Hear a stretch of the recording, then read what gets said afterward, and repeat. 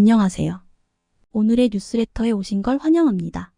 최근 일본과 한국은 캐나다와의 잠수함 매매 계약을 놓고 치열한 경쟁을 벌이고 있습니다.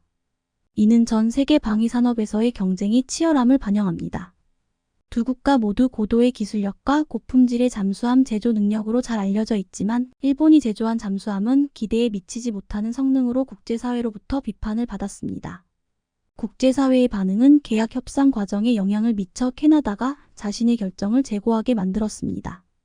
일본의 잠수함이 엄격한 성능 기준과 신뢰성을 충족시키지 못함에 따라 캐나다는 다른 잠재적 후보국인 한국에 관심을 돌렸습니다.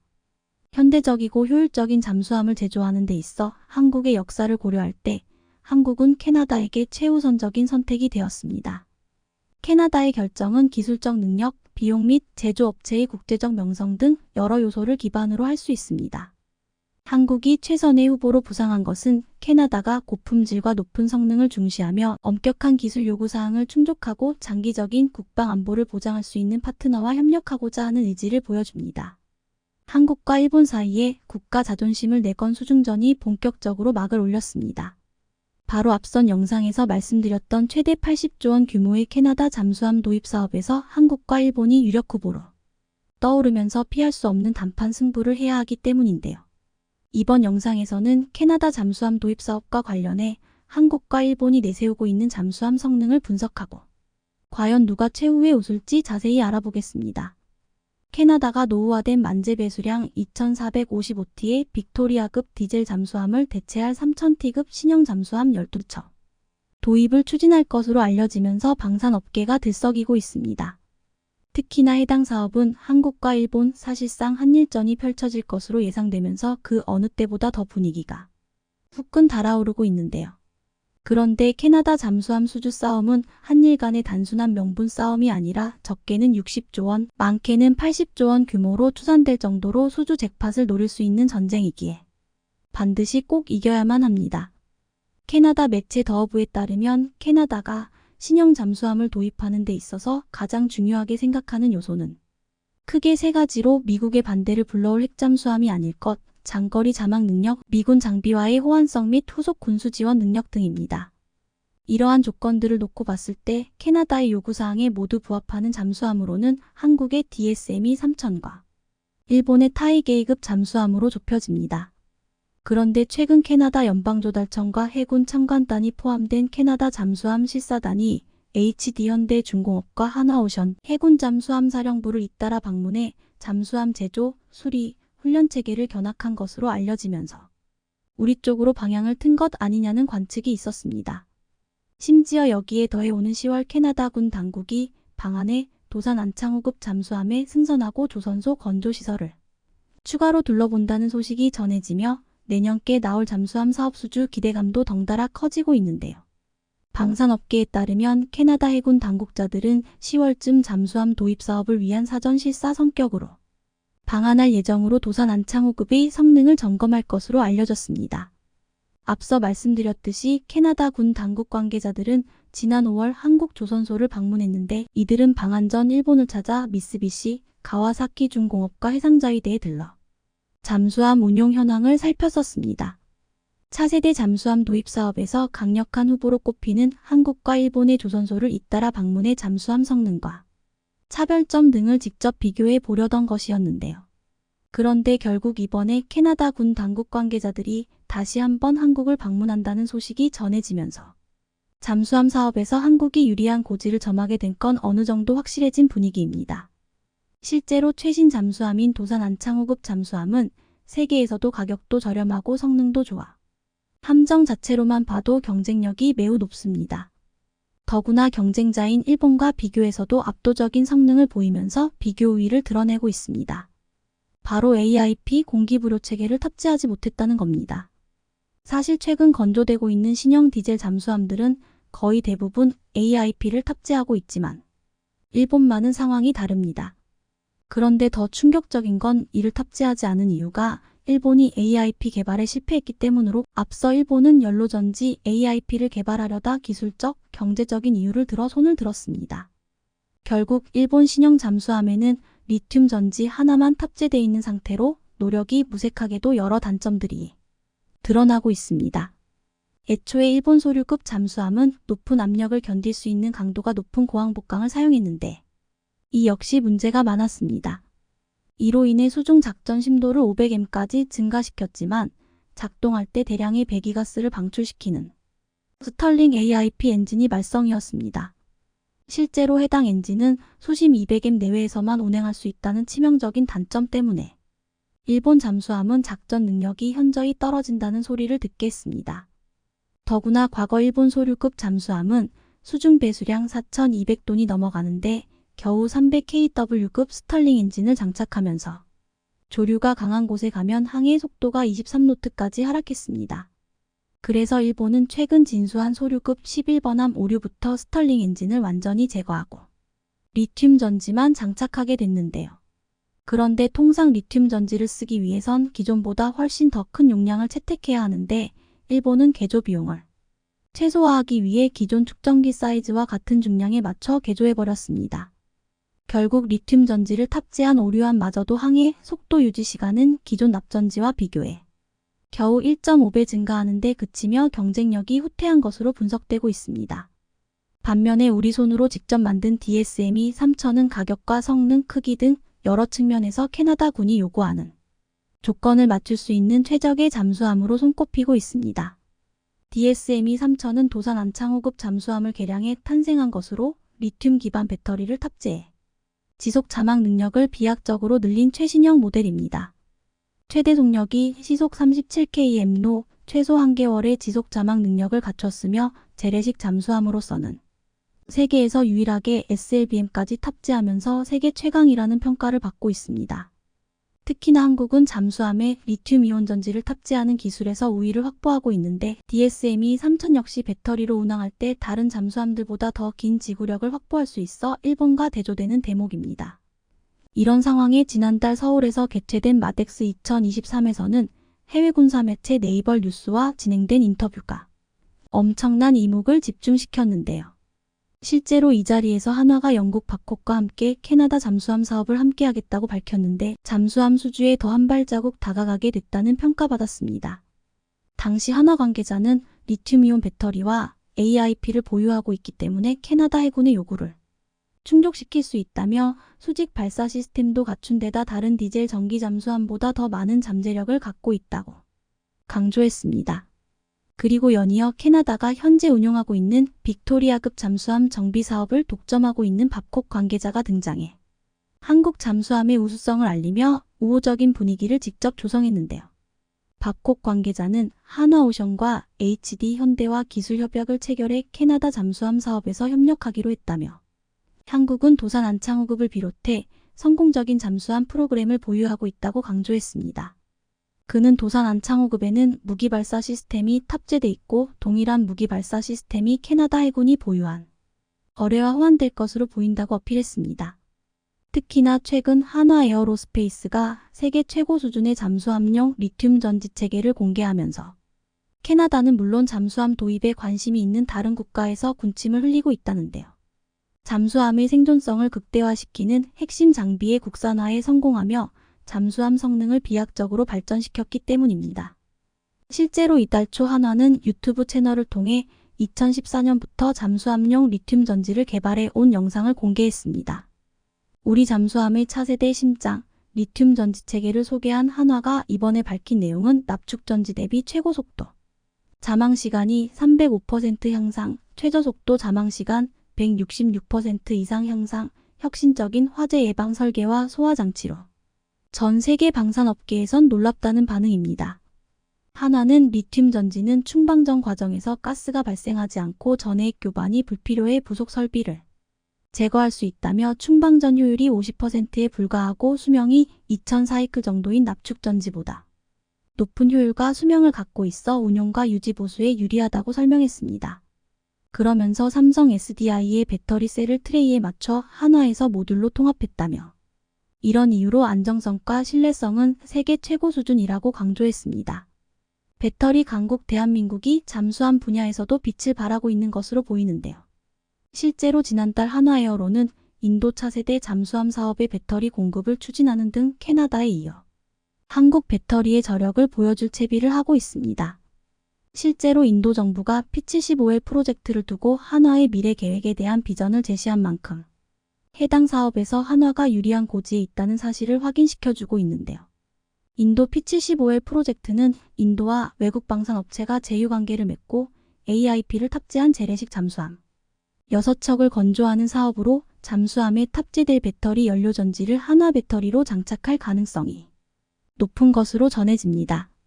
그리고 잠수함용 국산 연료전지가 탑재된 DSM이 3000은 캐나다 잠수함 수주가 거의 확정적인 분위기인데요. 지난달 열린 2023 잠수함 기술발전 세미나에서 한경호 방사청 미래전력사업본부장은 세계는 지금 한국 방위산업을 재평가하며 경이로운 시선을 보내고 있다면서 캐나다 잠수함 사업 등 수출 가능성이 높은 상황이라고 밝혔습니다. 그는 잠수함 가격은 단위가 매우 크기 때문에 단 몇 척의 수출로도 획기적인 실적을 달성할 수 있다며 세계 시장의 문을 계속 두드릴 수 있도록 최선을 다하겠다고 강조했습니다. 또 최근 폴란드에서도 잠수함 도입 사업을 공식화하면서 호재가 계속되고 있습니다. 18일 폴란드 군비청은 ORKA 오르카로 명명된 새로운 유형의 잠수함에 대한 사업을 발표했습니다. 마리우시 부아슈차크 국방장관도 트위터에 잠수함 사업 시작을 알리는 트윗을 게재했는데요. 앞서 그는 잠수함 성능에 대한 힌트를 주며 한국의 참여를 요구했습니다. 고속으로 은밀하게 움직이고 장시간 수중 잠행이 가능해야 한다며 어뢰나 순항 미사일을 발사할 수 있어야 한다고 전했는데요. 폴란드 잠수함 도입 사업은 우리 기업의 참여가 유망한 사업 중 하나로 꼽혀온 만큼 HD현대중공업과 하나오션이 유력 후보로 거론됩니다. 이와 같이 폴란드에서 요구한 잠수함 스펙 또한 한국의 잠수함과 거의 일치하는 것으로 보이며 다시 한번 주목되고 있습니다. 1980년대 독일로부터 209급 잠수함을 도입하기 시작한 한국은 30년 만에 우리의 군의 잠수함 전력을 비약적으로 발전시켰는데요. 이제 한국은 캐나다 차세대 잠수함 수주로 전 세계 방산업계를 다시 한번 놀래킬 일만 남은 것 같습니다. 필리핀이 한국 군함과 전투기로 중국 해경의 도발에 강력 맞선 데 이어 또다시 한국 잠수함을 선택할 것이라는 외신 보도가 쏟아지자 중국 정부가 당혹해하고 있어 화제입니다. 필리핀의 6해 공군이 모두 한국 무기로 도배되며 남중국해 장악력이 떨어질 것을 크게 우려하는 상황입니다. 현재 필리핀에서 무슨 일이 벌어졌는지 자세한 내용 살펴보겠습니다. 지난 18일 중국 해경과 필리핀 어선이 조업을 놓고 실랑이를 벌인 바 있습니다. 필리핀 어선이 경비를 뚫고 지나가려 하자 중국 측이 강력 막아서며 쫓고 쫓기는 추격전이 벌어졌습니다. 그렇게 필리핀 어선은 돌아갔지만 중국은 황당한 행동을 했습니다. 22일 중국 해경선 3척이 필리핀 어선의 접근을 막기 위해 스카버러 암초 주변에 300m 길이의 부유식 장벽을 설치한 것입니다.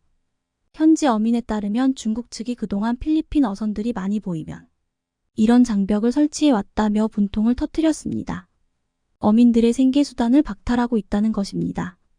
그런데 이번에는 필리핀 측이 한국 군함과 전투기를 앞세워 강력하게 항의했고 중국은 호세리자람과 FA-50 등에 얼어붙는 모습을 보였습니다. 그 후 필리핀은 곧바로 잠수부를 투입해 부유 장애물을 철거해버린 상태입니다. 중국은 자신들이 스스로 철거했다고 반박했지만 필리핀이 영상을 공개하자 꿀먹은 벙어리가 됐습니다. 필리핀 현지 방송도 부표 철거 당시 인근에 중국 해양경비대 함정 4척이 있었지만 별로 공격적이지 않았다는 사실을 폭로했습니다. 중국은 지난 10년여간 해양경비대를 재편해왔습니다. 단순히 밀수업자 단속이나 수색 및 구조 업무를 하는 경비대가 아닌 군사화되고 국제 분쟁에도 나설 수 있는 준해군에 필적한다고 뉴욕타임스가 보도했을 정도입니다. 실제로 중국 해양경비대는 다른 나라 선박을 침몰시킬 수 있는 최소 1,000톤 이상의 대형 순찰선을 약 150척 보유하고 있습니다. 일본이 70척, 필리핀 25척, 대만 23척을 보유한 것과 비교해도 그 규모 면에서 큰 차이가 있습니다. 중국 선박 중 상당수는 이전에 해군 초계함으로 사용했던 것들이라 장기간 작전이 가능하며 헬기 운용, 물대포 등을 활용할 수 있습니다.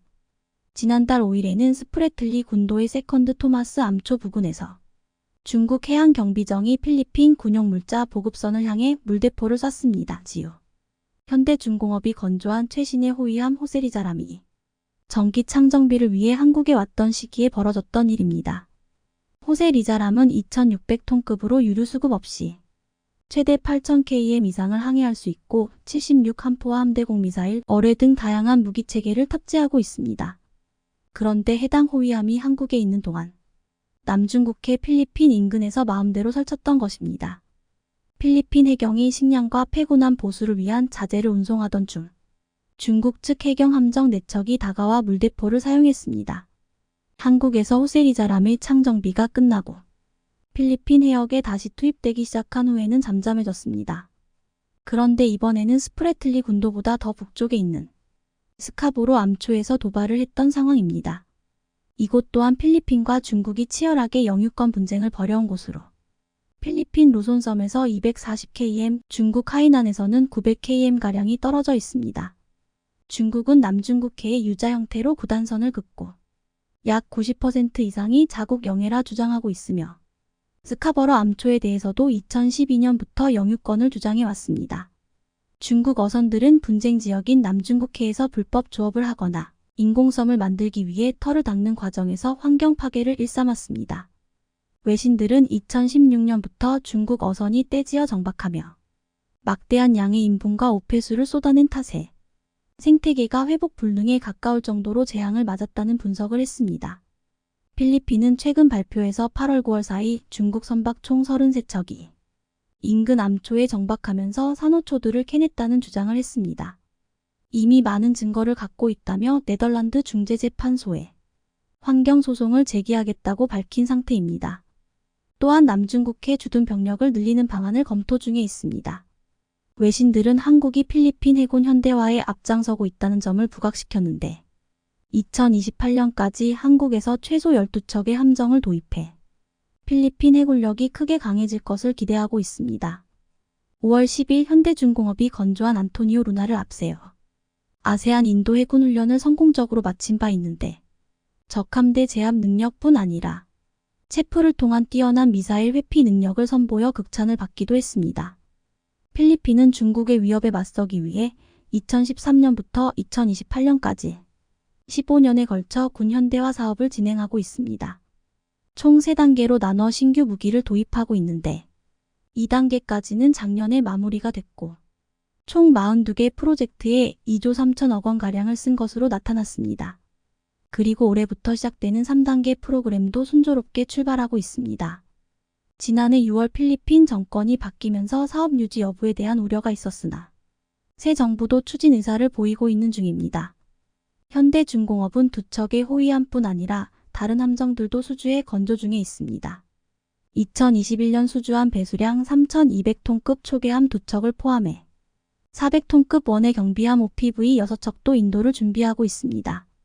2척의 호위함을 성공적으로 인도하며 기술력과 건조 능력이 검증됐고 확고한 신뢰를 얻어 추가 수주로 이어졌다는 분석입니다.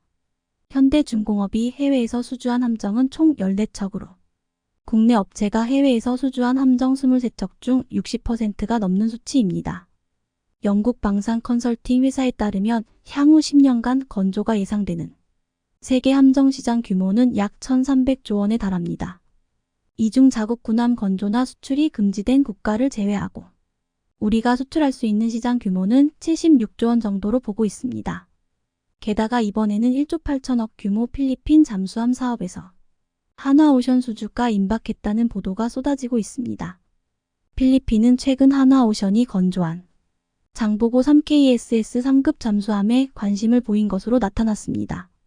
필리핀은 잠수함 2척을 새롭게 도입할 예정으로 이번 프로젝트는 한화오션과 함께 프랑스 방산 기업인 나발그룹, 스페인 조선 기업인 나반티아의 3파전 양상이 되고 있습니다. 나발그룹과 나반티아는 전 세계 해군에서 운용 중인 스콜펜급 잠수함과 S-80급 잠수함 건조 능력을 각각 보유하고 있습니다. 프랑스와 스페인은 커다란 혜택을 언급하며 수주를 노리고 있습니다. 스페인 나반티아는 현대식 S-80 잠수함 2척 공급을 제안했고 정부가 나서 계약 비용의 100%를 대출해주겠다며 환심을 사고 있습니다. 여기에는 잠수함 훈련과 운영, 유지관리와 함께 기술 이전이 포함되어 있습니다. 프랑스 나발그룹 또한 스콜펜급 잠수함 2척에 필리핀 해군 훈련 및 작전기지 수비항의 확장 개발 등을 제안했습니다. 스콜펜급 디젤 전기 잠수함은 현재까지 브라질, 칠레, 인도, 말레이시아 등이 선택해 한국과 치열한 경쟁을 예고하고 있습니다. 하지만 친중 행보를 보이고 있는 프랑스가 수주할 가능성은 낮게 보고 있습니다. 필리핀이 요구하는 잠수함의 구체적인 사양은 확정되지 않았지만 하나오션은 필리핀 측의 요구에 따라 장보고 33,000톤급 잠수함에서 파생한 2,800톤급 잠수함을 제안한 것으로 확인됐습니다. 리튬이온 배터리 등 최첨단 기술을 탑재해 오랜 시간 잠항이 가능하고 여러 미사일을 장착해 땅과 바다, 하늘 모두에서 활약이 가능합니다.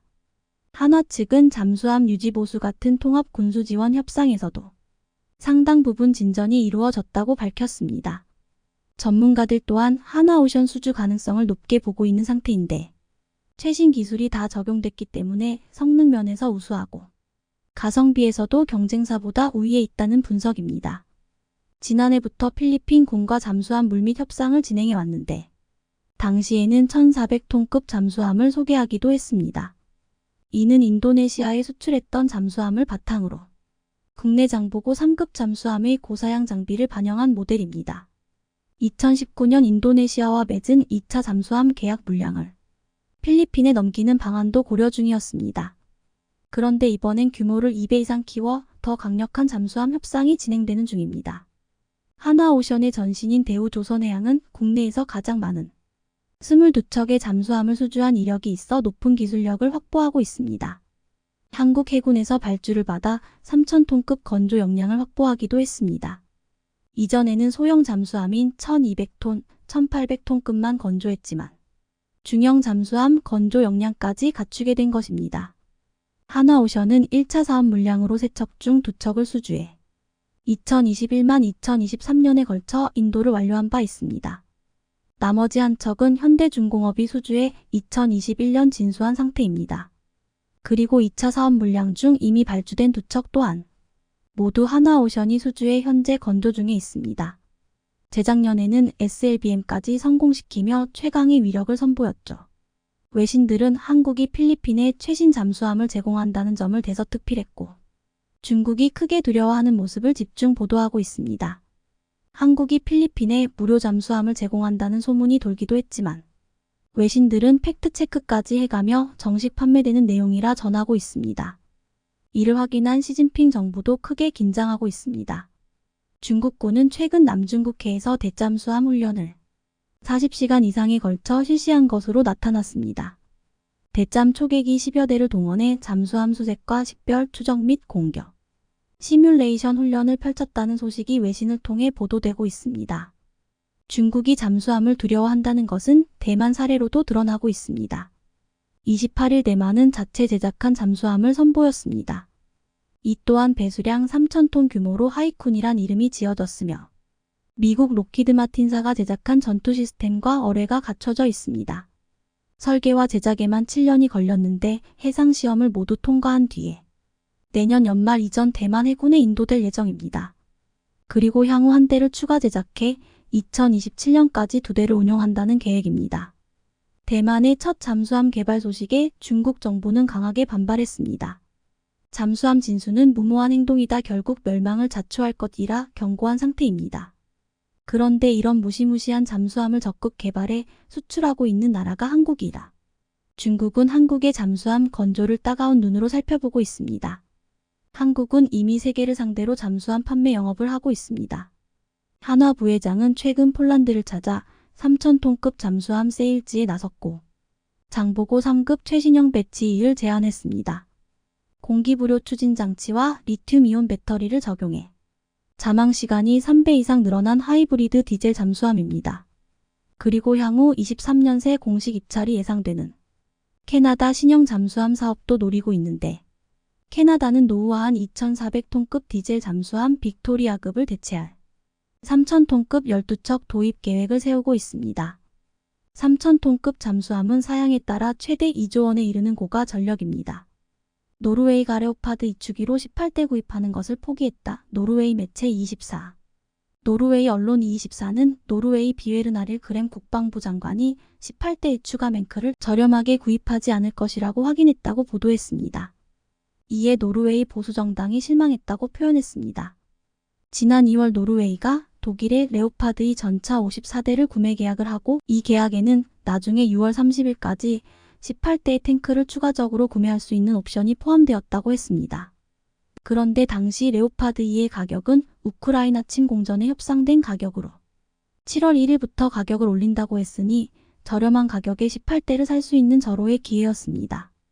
그런데 지금 노르웨이가 이렇게 값싸게 18대를 추가 구매하지 않는 이유가 폴란드에서 K전차가 빠르게 납품되는 것을 보았기 때문이라는 의견이 나오고 있습니다. 이것을 중단시키는 데 가장 큰 역할을 한 사람은 노르웨이 육군 참모총장 영리크 크리스토페르센 노르웨이 육군 대장으로 이전부터 그는 노르웨이의 전차 도입을 반대해왔습니다. 그는 새 전차를 구입하는 것은 기통성과 화력이 아닌 방어에 돈을 쓰는 것을 의미한다며 노르웨이와 로켓 포병이나 헬리콥터를 먼저 구매해야 된다고 주장했습니다.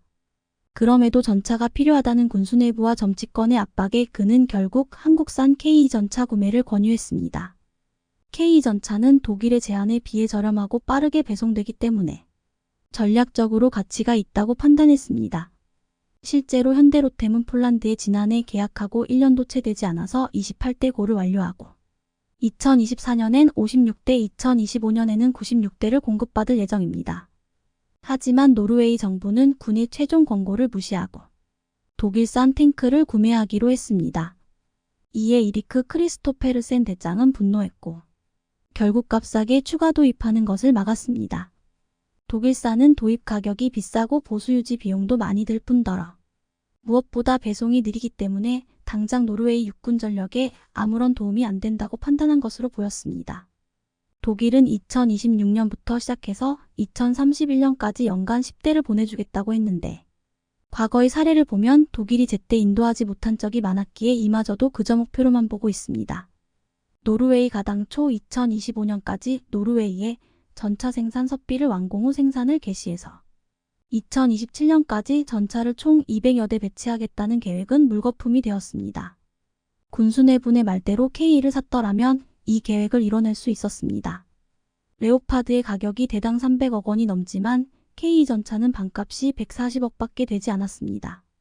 K를 선택했더라면 레오파드 54대를 주문하는 돈으로 18대 추가를 넘어 총 108대를 보유할 수 있는 금액이었습니다.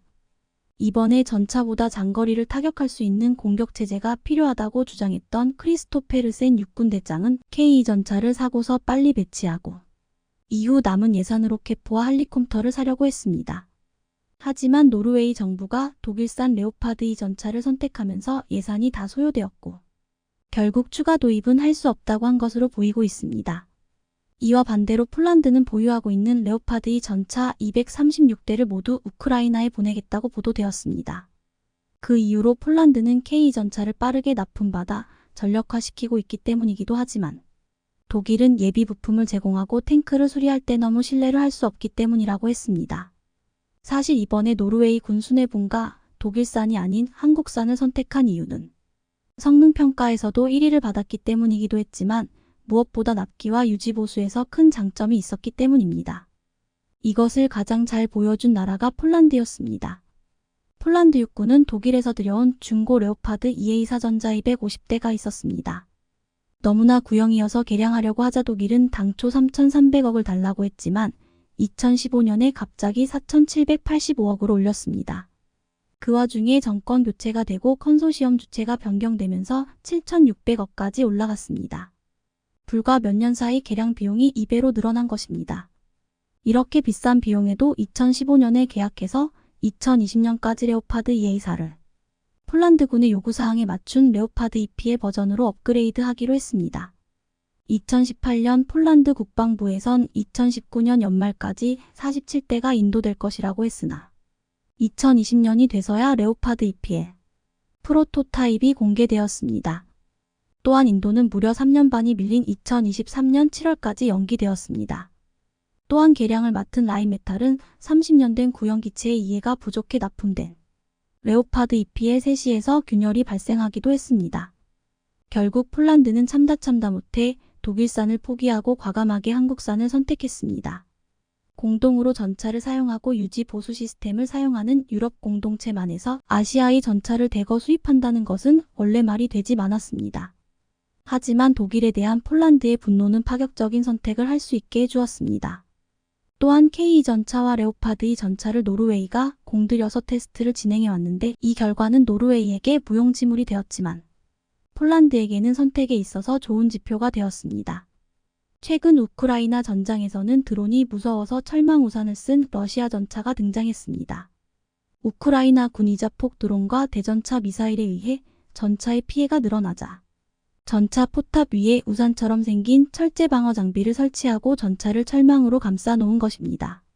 그만큼 방어 체계가 중요한데 한국은 빠르게 전달되는 K전차 KGF에는 지금 우리 군이 사용하는 버전을 주지만 2차 수출 계약으로 전달되는 KPL에는 능동 방어 시스템을 장착한다고 했습니다.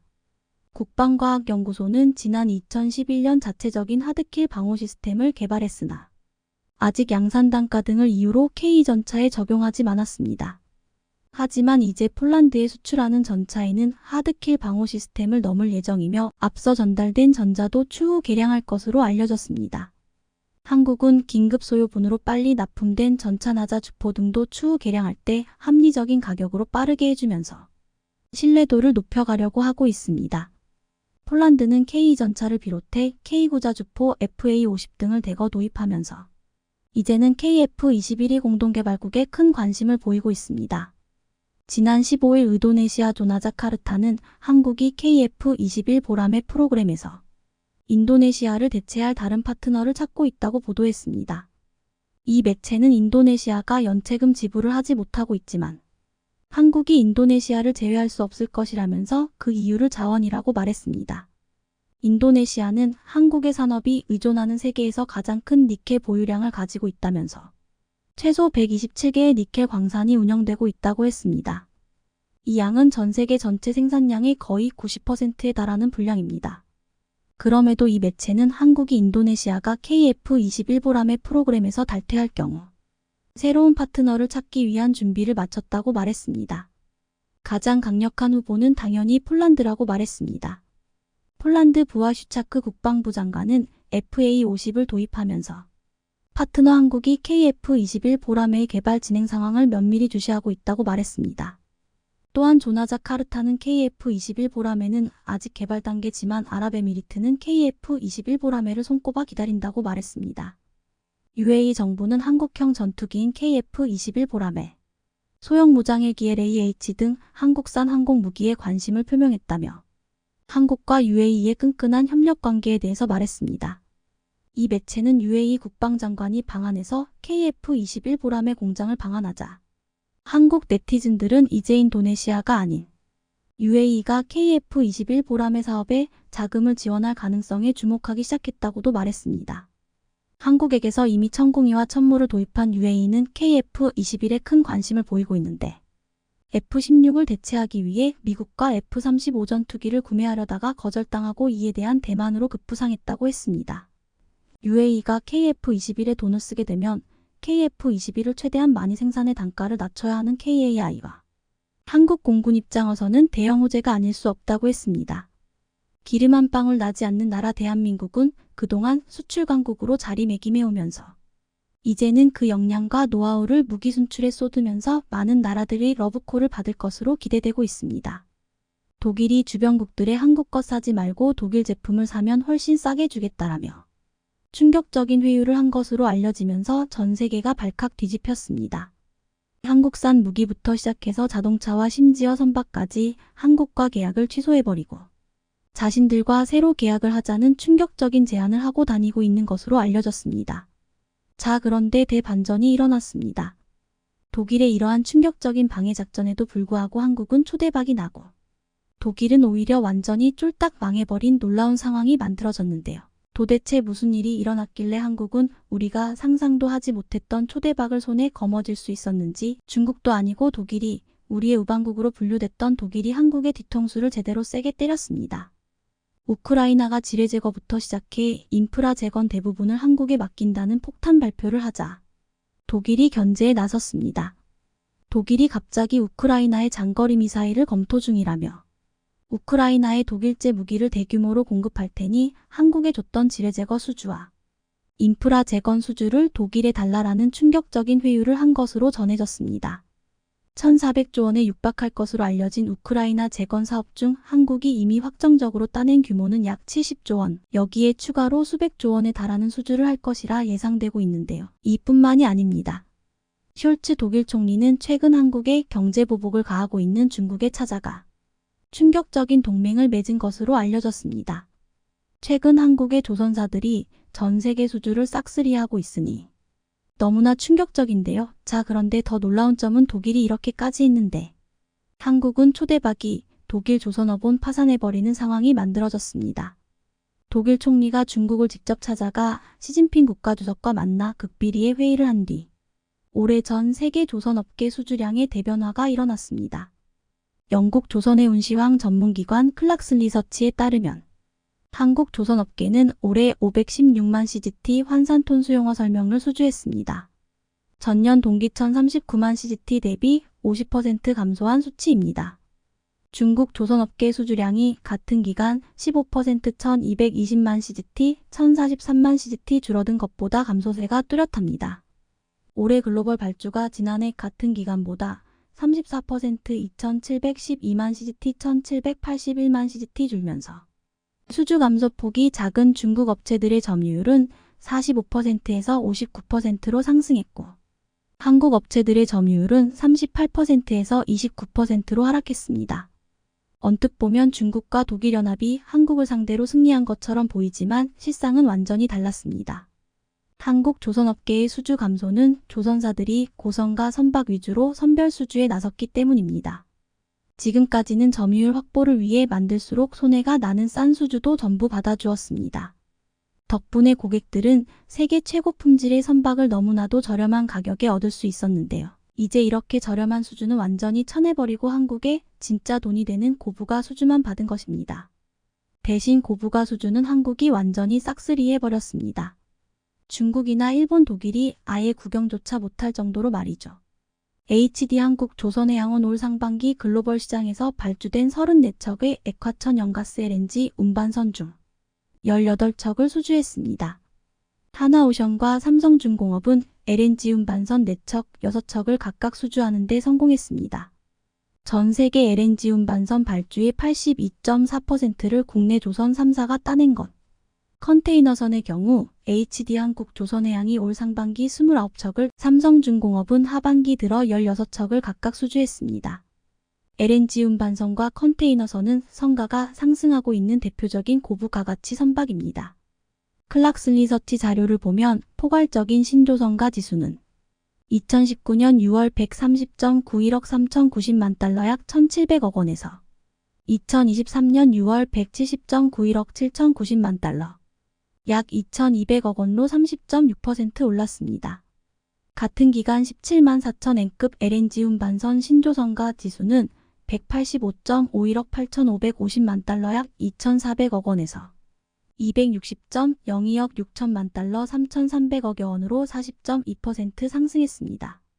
22억 2만 4천 T 유용어 설명 컨테이너선은 146.01억 4,600만 달러 약 1억 9천억 원에서 225.02억 2,500만 달러 약 2,900억 원으로 54.1% 뛰었습니다. 다른 선박보다 LNG 운반선과 컨테이너선의 가격 상승 속도가 훨씬 더 빠르다는 의미입니다. HD 한국 조선해양과 하나오션, 삼성중공업 이렇게 세계 1, 2, 3위인 한국의 조선 3사는 앞으로 4년치 일감을 미리 확보해 놓은 만큼 이제 돈이 안 되는 저부가 선박 수주는 중국이나 일본에 떠넘기고 한국은 큰 돈이 되는 고부가 선박만 만들고 있는 것입니다. 진정한 명품 선진국으로 등극한 것이죠.